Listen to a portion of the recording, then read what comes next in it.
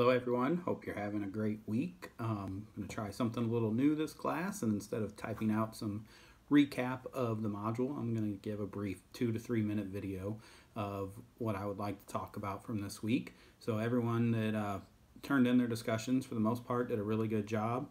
Of course, if you've had me before, which a lot of you have, but if not, make sure you're spreading those posts out on 3 separate days to get your most possible points. This week's topic was all about lending. I was working in banking during this time and saw firsthand how tight our lending policy got very quickly. I was working at Mid-Florida Credit Union down in Central Florida, and they were a tight lending policy to begin with, and they shut it down very, very quickly. For anyone that didn't have essentially perfect credit and wasn't looking for the perfect loan, which is frustrating from an individual point of view, and people would get irritated, but that's not what really jammed up the economy. What happens was they were not lending to businesses anymore. They were worried about businesses paying them back. And if you know much about lending in the business arena, overwhelming majority of small companies, even medium-sized companies, and frankly a lot of large companies have lines of credit. They use those to pay for supplies until they finish and sell their product. They use it to meet payroll if they don't have the money at the time. It's just like a credit card to you and I. We use them on a regular basis, we pay them off. We use them, we pay them off.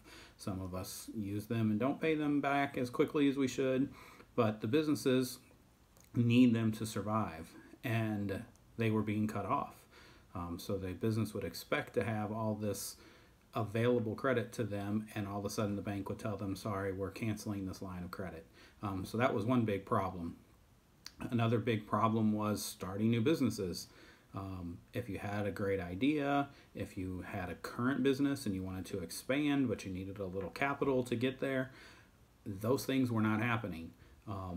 When that happens, we are not creating jobs, we're not creating new products, our GDP is suffering, and it snowballs very quickly.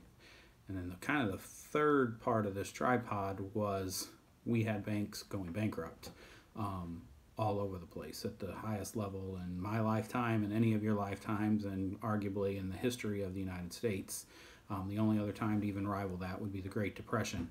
So the FDIC was being stretched to its max. It was not having enough reserves to cover all the banks that were going bankrupt. They had to raise the rates.